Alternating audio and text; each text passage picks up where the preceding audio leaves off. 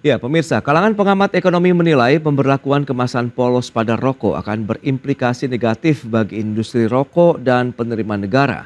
Penjualan rokok resmi dengan kemasan polos juga akan berdampak pada menurunnya konsumsi rokok ilegal di masyarakat. Kalangan pengamat ekonomi menilai kemasan polos pada rokok akan berdampak negatif bagi industri rokok dan bagi keuangan negara. Direktur Eksekutif Indef Tauhid Ahmad menyebut, rokok kemasan polos akan mendorong terjadinya fenomena konsumen beralih ke rokok dengan harga yang lebih murah ataupun mengkonsumsi rokok ilegal.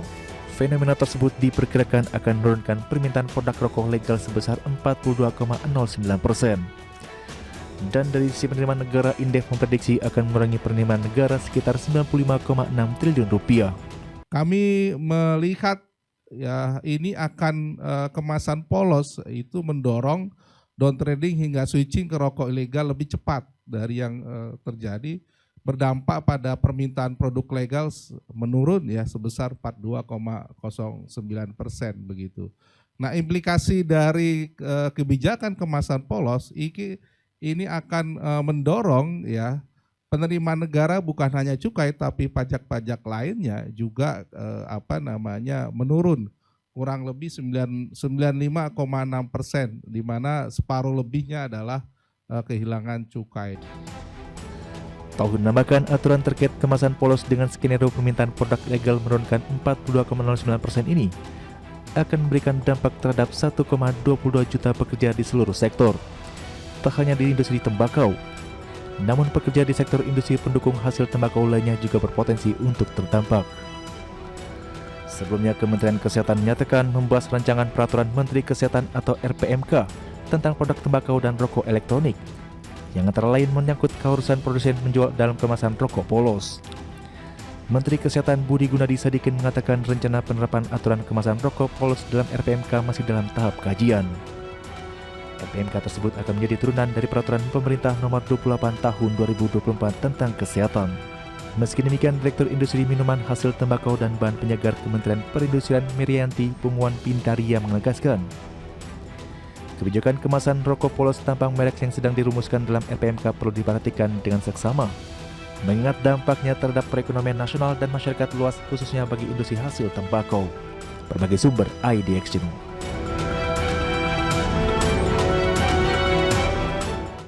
Ya, pemirsa, untuk membahas tema kita kali ini, rokok berkemasan polos, negara dan industri berpotensi rugi. Kita sudah tersambung melalui Zoom bersama dengan Bapak Henry Nayuan, Ketua Umum Perkumpulan Gabungan Perserikatan Pabrik Rokok Indonesia atau GAPRI. Selamat pagi, Pak Henry.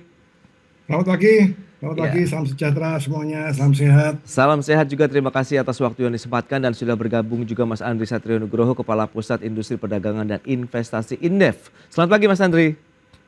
Selamat pagi Mas Pras. Baik, terima kasih juga atas waktu yang disempatkan. Baik, kita ke Pak Henry terlebih dahulu. Seperti apa update nih yang bisa Anda sampaikan kepada pemirsa terkait dengan industri rokok saat ini? Mungkin bisa juga dari sisi hulu dan juga hilirnya ini Pak Henry, silakan. Baik, terima kasih. Kami dari GAPRI melihat bahwa situasi industri hasil tembakau khususnya kretek ini sedang tidak baik-baik saja. Bagaimana kalau kita lihat di dalam industri ini terdapat dua pengaturan yang sangat mengatur di industri bidang kami. Pertama adalah dari peraturan dari sisi fiskal. Kedua adalah peraturan dari sisi non fiskal. Nah, kami katakan bahwa peraturan di sisi fiskal tersebut sejak tahun 2020 hingga tahun 2024 itu kenaikan tarif cukai kurang lebih sudah mencapai 68%. Dan itu dalam situasi pandemi dan pasca pandemi, kemudian masuk lagi di dalam situasi daya beli yang sangat rendah. Nah, kalau kita lihat di dalam 4 tahun terakhir ini, produksi dari anggota kami pun sudah mengalami penurunan sangat cukup signifikan. Yang sebelumnya di tahun 2019 mencapai 356 miliar batang, di tahun 2023 kemarin hanya mencapai 318 miliar batang. Nah, terjadi penurunan cukup signifikan sebesar 11% secara total produksinya. Kemudian juga kita mengamati dari sisi penerimaan cukai negara. Kita lihat di tahun 2023 target penerimaan cukai hasil tembakau pun mulai tidak tercapai. Nah, kami lihat lagi di tahun 2024 ini dan kondisi yang anggota kami rokok legal ini masih mengalami kelesuan. Kami lihat juga produksi tahun ini akan turun kembali dari bawah 318 miliar batang. Dan menurut kami juga penerimaan target cukai pun kelihatannya tidak akan tercapai. Itu kami bicara dari sisi fiskalnya. Kemudian di tahun 2023-2024 ini kami terus terang dikejutkan dengan mulai RUU Undang-Undang Kesehatan menjadi Undang-Undang Kesehatan, kemudian Undang-Undang Kesehatan turunannya ke PP 28, PP 28 pada lagi turunannya ke rencana Permenkes tahun 2024 ini. Salah satunya adalah mengatur mengenai kemasan polos.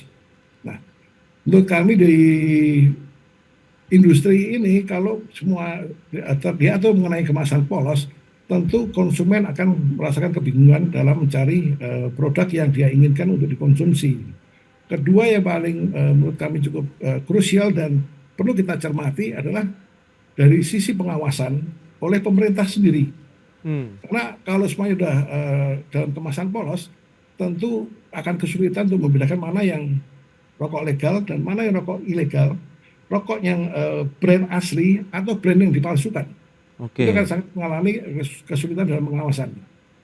Demikian yang dapat saya sampaikan situasi industri hasil tembakau saat ini. Baik, itu dia cukup lengkap begitu yang sudah disampaikan begitu. Nah, Mas Andri, lantas bagaimana melihat posisi seperti saat ini? Apakah memang dari sisi kebijakan, karena memang tadi ada undang-undang kesehatan begitu dan turun jadi PP 28, kemudian menjadi rencana peraturan Menteri Kesehatan yang masih digodok ya terkait dengan kemasan polos begitu untuk rokok. Tadi sudah disampaikan juga nih Pak Henry, ada beberapa dampak ataupun perlu ada mitigasi nampaknya perlu dilakukan oleh pemerintah dan juga pelaku usaha. Konsumennya juga bingung, kemudian pengawasannya juga gimana nih? Mana yang asli, mana yang palsu? Silakan Mas Andri.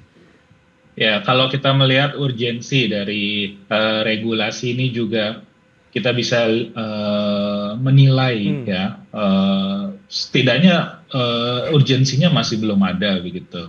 Tadi sudah disampaikan oleh Pak Henry bahwa produksi turun. Kalau kita bandingkan realisasi penerimaan cukainya saja dari tahun 2023 ke tahun 2022 sebelumnya itu sudah ada penurunan 5 triliun.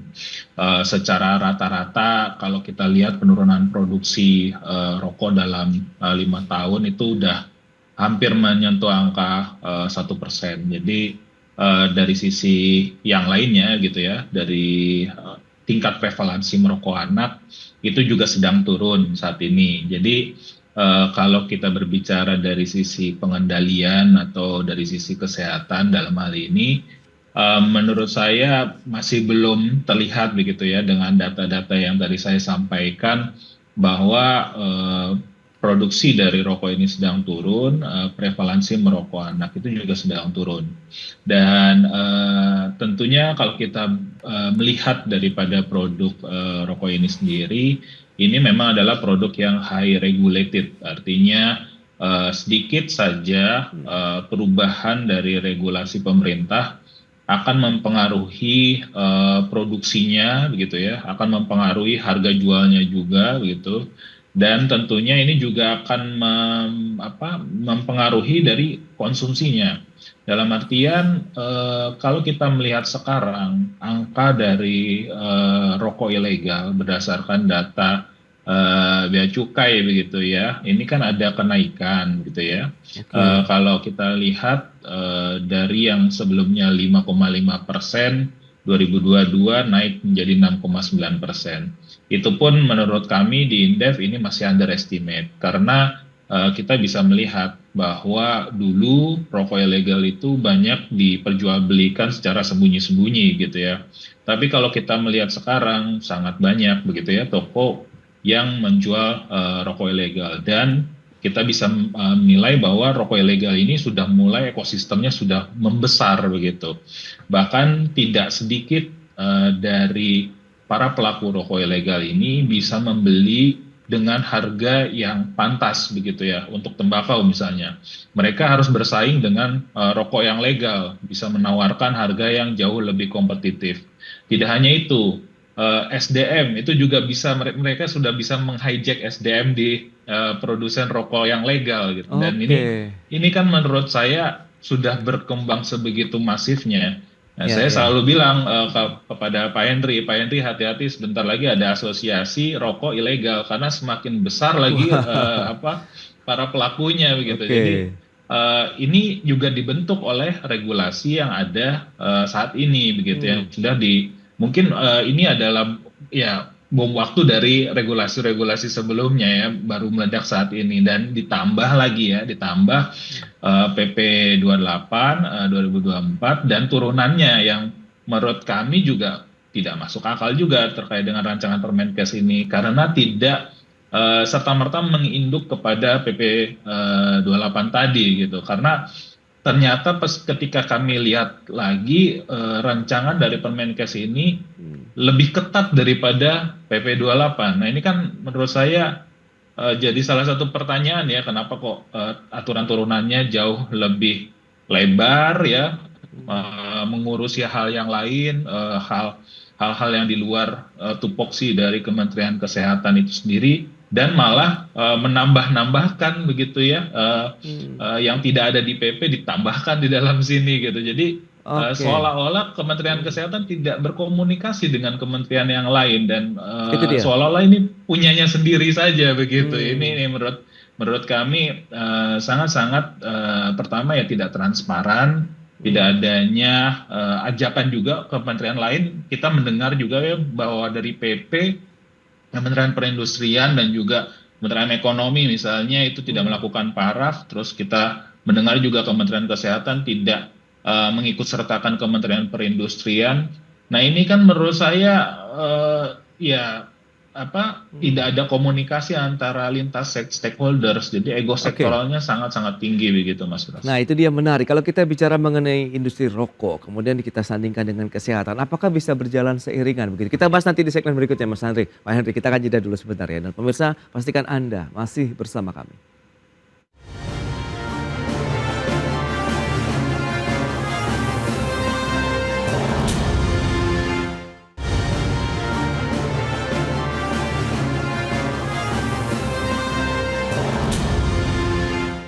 Baik pemirsa, semakin menarik perbincangan kita bersama dengan Bapak Henry Nayuan. Beliau adalah Ketua Umum Perkumpulan Gabungan Perserikatan Pabrik Rokok Indonesia, dan juga Mas Andri Satrio Nugroho, Kepala Pusat Industri Perdagangan dan Investasi Indef. Mas Andri, lantas bagaimana Anda melihat? Tadi pertanyaan saya yang tertunda adalah apakah bisa seiring sejalan kalau kita bicara mengenai dari sisi kepentingan kesehatan begitu di satu sisi dengan industri, dan industrinya adalah industri rokok ini saat ini yang kalau kita sedang bahas terkait dengan bagaimana kemasan polos ini akan diterapkan nantinya kalaupun masih dalam wacana. Silakan. Ya, kalau kita berbicara mengenai kesehatan atau mungkin pengendalian dari produk ini, ya seperti yang tadi saya sampaikan di awal bahwa produksinya sudah menurun.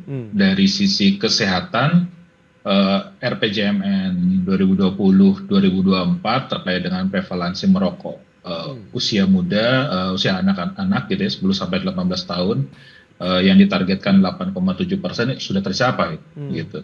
Jadi itu satu. Yang kedua adalah mungkin banyak juga yang mendengar bahwa penerimaan dari cukai rokok ini pada akhirnya bisa atau digunakan untuk BPJS Kesehatan. Nah, ini kan menurut saya beberapa faktor yang sebetulnya industri rokok juga sudah memberikan porsinya untuk sektor kesehatan. Lantas kalau kita melihat untuk Permenkes yang terbaru ini atau rancangan Permenkes baru ini dan juga PP 28 ya sebagai induk dari Permenkes ini sebetulnya tidak bisa mendorong berjalannya kesehatan dan industri secara bersamaan. Jadi yang sebelumnya sudah ada keseimbangan ya antara kesehatan dan industri, ini justru porsinya dibesarkan lagi untuk kesehatan, gitu. Jadi otomatis industrinya pasti akan terkena dampak, begitu. Dan Menurut saya dengan struktur industri yang cukup kompleks untuk industri hasil tembakau di Indonesia, ini pasti efeknya lari kemana-mana begitu. Dan kita melihat, kita juga menghitung gitu bahwa bisa jadi negara ya bisa kehilangan sampai 160,6 triliun dari penerimaan perpajakannya jika ini semua dilaksanakan gitu. Dan ini angka yang minimum gitu ya, bukan angka maksimum. Belum lagi kita berbicara mengenai dari sisi dampak ekonomi, karena dampak ekonomi tidak hanya berbicara mengenai industri hasil tembakau saja. Kita bicara terkait dengan industri retailnya, kita berbicara mengenai petaninya juga tidak hanya tembakau tetapi juga petani cengkeh.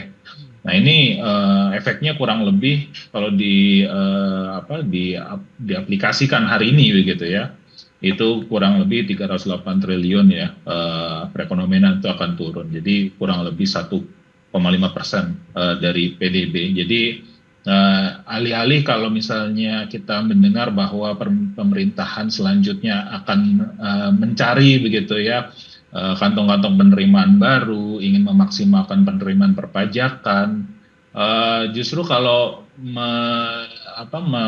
mengaplikasikan atau menerapkan PP dan juga Permenkes ini, tentu dari sisi penerimaan dan juga dari sisi perekonomian, pemerintahan selanjutnya pasti akan kehilangan cukup besar begitu Mas Bas. Oke, nah Pak Henry, lantas bagaimana kalau dari teman-teman pelaku industri rokok sendiri, apakah sudah ada hitung-hitungan tersendiri kalau memang nantinya kebijakan yang masih digodok ini diberlakukan terkait dengan penerapan kemasan rokok polos?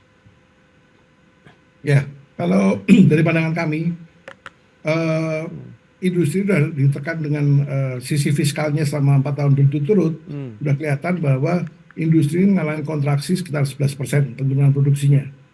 Nah, itu menurut kami juga sangat signifikan, besar dampaknya juga termasuk ke penerimaan. Nah, bila kemasan rokok polos pun diberlakukan, mungkin sih bisa turun lagi sekitar 20-30% untuk produksinya, karena akan sulit sekali konsumen untuk milih produknya. Kemudian juga akan makin mempersulit pengawasannya. Dan menurut kami, kalau kami baca di peraturan itu berlaku seketika ini, tidak ada tenggat waktunya. Oke. Dan tentu perusahaan juga harus menyesuaikan lagi untuk investasinya. Demikian. Baik, nah terkait dengan peredaran rokok ilegalnya sendiri, apakah potensinya nanti akan ada satu persaingan yang semakin ketat, dalam artian kan kita tidak tahu akhirnya, tadi Anda sempat sebutkan juga di awal begitu, dengan kemasan polos ini kan mungkin konsumen tidak bisa lagi membedakan mana nih produk yang mereka biasa beli atau gunakan dibandingkan dengan tiba-tiba masuknya rokok ilegal begitu dengan kemasan yang sama misalnya. Ya, terutama terjadinya peredaran rokok ilegal yang masif itu terjadi disparitas harga yang sangat tinggi. Oke. Karena karena tarif cukai naik 4 tahun berturut-turut sekitar 68%, menjadi rokok legal ini makin mahal. Oke. Nah, terjadilah fenomena down trading dari golongan 1 turun ke golongan 2. Pada saat di golongan 2 mulai nggak tahan, akhirnya turun lagi mencari rokok-rokok murah yang akan disasar oleh rokok-rokok ilegal. Nah, tentu peristiwa ini akan dengan tambahnya kebingungan itu bisa menyebabkan rokok ilegal makin masif, makin sulit untuk dikontrol. Oke. Nah menarik, karena kita tahu nih Pak Henry bahwa kan industri rokok juga kerap dianggap sebagai masalah bagi peningkatan kualitas kesehatan begitu ya. Namun di sisi lain industri rokok juga menjadi salah satu kontributor penerimaan negara juga. Bagaimana nih pandangan Pak Henry?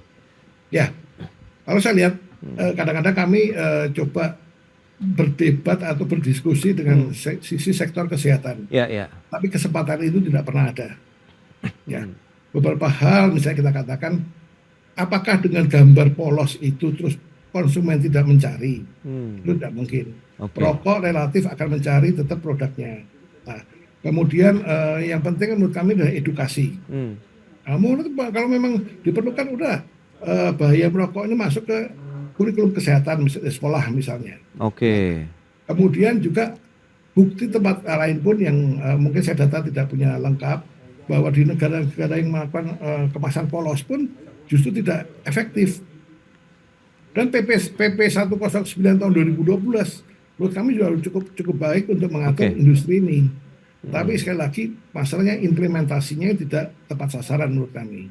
Oke, Pak Henry. Nah, Mas Andri, lantas bagaimana semestinya kalau kita bicara regulasi yang ideal jadinya dan harmonis untuk bisa mengatur sekaligus untuk mendukung industri rokok di Indonesia dan kesehatan masyarakat yang juga tetap terjaga? Ya, tadi sudah disampaikan juga oleh Pak Henry bahwa pertama kita harus melihat dari sisi sosialisasinya terlebih dahulu. Pertanyaannya adalah pemerintah sudah mendapatkan penerimaan cukai cukup besar gitu ya, sampai 200 triliun. Apakah memang sudah digunakan untuk melakukan sosialisasi, misalnya tadi yang disampaikan oleh Pak Henry mungkin masuk ke dalam kurikulum begitu. Jadi yang diinginkan itu adalah kita tidak langsung menghantam begitu saja di hilir gitu, karena di situ ada industri, ada tenaga kerja, ada banyak aspek yang berkaitan satu dengan yang lain, tetapi bisa dilakukan dari langkah preventif di hulu gitu. Nah ini yang menurut kami masih belum dilakukan ya oleh pemerintah gitu. Tentunya kami mengerti bahwa itu akan memiliki proses yang cukup panjang, cukup lama, dan apakah pemerintah mau begitu ya melakukan hal tersebut. Tapi di beberapa negara kita melihat beberapa negara maju melakukan hal yang serupa begitu ya. Langkah preventifnya mulai dari pendidikan dini, bukan semata-mata langsung membuat regulasi yang pada akhirnya justru mengancam keberadaan industri. Kalau ini diteruskan, menurut saya ini menjadi presiden yang tidak cukup baik begitu ya, bagi pertama dari sisi kementeriannya sendiri begitu, yang kedua adalah dari sisi transparansi kepada industri. Kita mendengar tadi yang disampaikan di awal oleh IDX bahwa Kementerian Kesehatan atau dalam hal ini Menteri Kesehatannya sedang mengkaji. Nah, sedang mengkaji, tetapi tiba-tiba sudah melakukan public hearing di akhir begitu ya, dan yang diundang ternyata tidak semua kementerian terkait gitu. Pak Henry mungkin tidak diundang juga di sana. Dari stakeholders, pelaku usaha, isinya teman-teman dari kesehatan. Tidak 50-50 nih, seharusnya kan ada yang 50-50 dari industri dari kesehatan gitu. Jadi proses untuk diskusi masih terjadi, bisa dapat win-win solution di sana juga. Tapi ini kan tidak begitu. Semata-mata punya kewenangan sendiri, dan kewenangan tersebut justru melebihi gitu ya, mengatur kewenangan yang lain. Nah ini kementerian-kementerian yang lain juga pastinya akan sulit ya jika pada akhirnya di regulasi tersebut seakan-akan disuruh-suruh oleh Kementerian Kesehatan begitu. Oke. Baik, nah diharapkan nanti memang ada win-win solution lagi. Mungkin ada satu kanal lain begitu yang bisa ditempuh dari pelaku usaha begitu untuk bisa menjalin komunikasi dengan pemerintah sehingga industrinya tetap terjaga tadi yang paling utama. Kemudian juga utamanya lagi adalah kesehatan masyarakat juga tetap bisa kita jaga begitu. Baik. Mas Andri, Pak Henry, terima kasih banyak. Sayang sekali waktu terbatas begitu. Kita sudah menyampaikan beragam informasi ya terkait dengan industri rokok dan juga bagaimana mekanisme kesehatan masyarakat juga harus menjadi fokus dari pemerintah, kementerian terkait dan juga tentunya para pelaku industri rokok di dalam negeri. Semoga nanti ada win-win solution. Selamat melanjutkan aktivitas Anda kembali. Salam sehat. Mas Andri, Pak Henry, sampai jumpa lagi Pak. Terima kasih.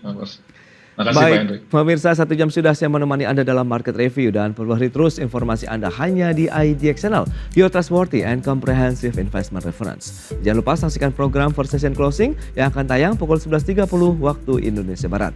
Karena urusan masa depan harus terdepan, aku investor saham. Ya, saya Prasetyo Wibowo beserta kerabat kerja yang bertugas pamit undur diri. Terima kasih, sampai jumpa.